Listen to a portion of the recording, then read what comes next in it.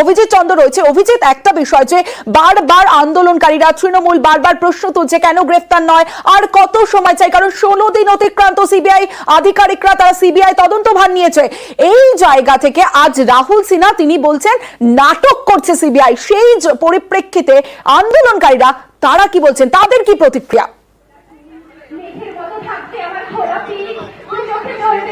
নমস্তে, আমি সরাসরি আন্দোলনকারীদের কাছে যাবো, তাদের কি প্রতিক্রিয়া। আপনারা তো আগে বলেছিলেন যে সিবিআই যে তদন্ত চলছে সে তদন্ত কি অগ্রগতি, এবং আজকে রাহুল সিনহা বিজেপির প্রাক্তন রাজ্য সভাপতি তিনি বলেছেন যে গোটাটাই নাটক চলছে সিবিআই এর, কি বলবেন? দেখুন, আমরা জানি এটা হয়েছিল 9 তারিখে, তার 5 দিন পর সিবিআইকে দেওয়া হয়েছে। এই মুহূর্তে 9 থেকে 5 দিন পর যখন সিবিআইকে দেওয়া হয়েছে তখন এই মুহূর্তে অনেক কিছু আমরা সবাই জানি যে ট্যাম্পারিং অফ এভিডেন্সেস অলরেডি হয়ে চলেছে, যেটা রেসপন্সিবিলিটি কলকাতা পুলিশকে নেওয়া উচিত।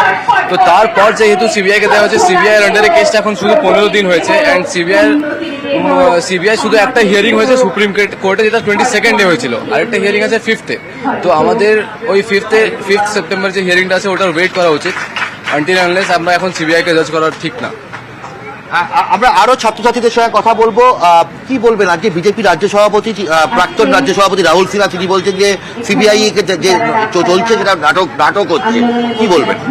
দেখুন, আমরা প্রথমে আমাদের যেটা দাবি মেন সেটা হলো যে যার সাথে দিদির সাথে যে ঘটনাটা ঘটেছে তাদের যে বা যারা যুক্ত আছে দোষী সাব্যস্ত করে সাজা দেওয়া।